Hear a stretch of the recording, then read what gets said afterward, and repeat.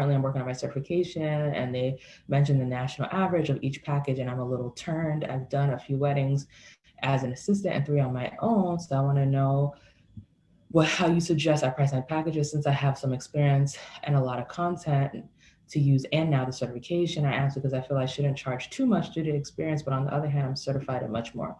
Okay, so this is a good question. I'm going to start by saying this. Certifications in and of itself don't increase how much people are going to be willing to pay you, right? What people are willing to pay you is people pay you based off of results. People just want to pay for results.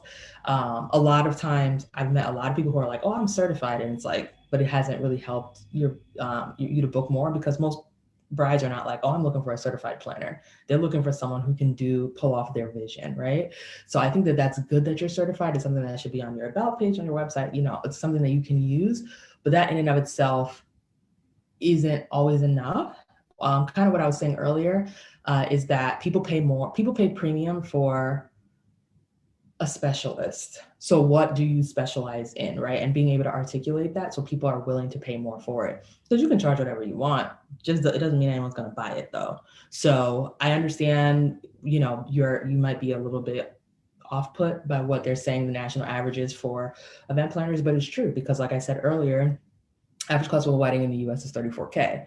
So most people are only willing to spend $2,000 to $3,000 on a wedding planner, right? So if you are trying to get more than that, you need to show up in a very above average way, which is why I focus primarily on people who are ready to get to that next step, right? You got to show up in an above average way, and you have to paint the picture for people. Like, it's just, there's a lot that goes into more advanced marketing, and that's what I would focus on. Now, if you feel like, hey, I've already got the images, I have this, I have that, you can start on a higher note than other people. There's nothing wrong with that.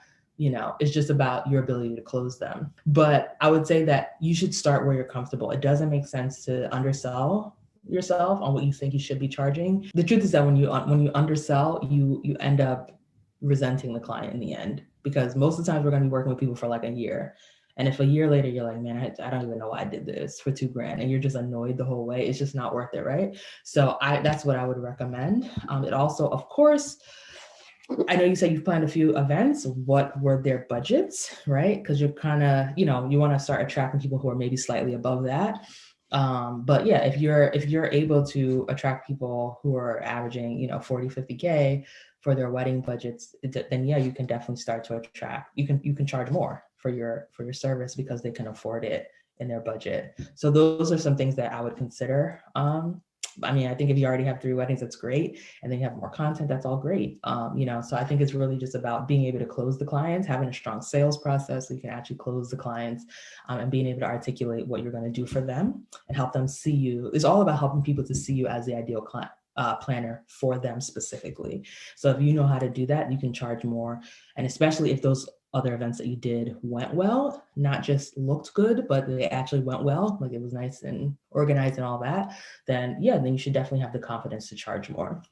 So I would definitely love to I know you're not on live, but let me know your questions after you check the replay, and also let me know, I would love to have you at Planners of Profit Live, right? To talk more about this and about pricing and marketing, and also how to close the sales.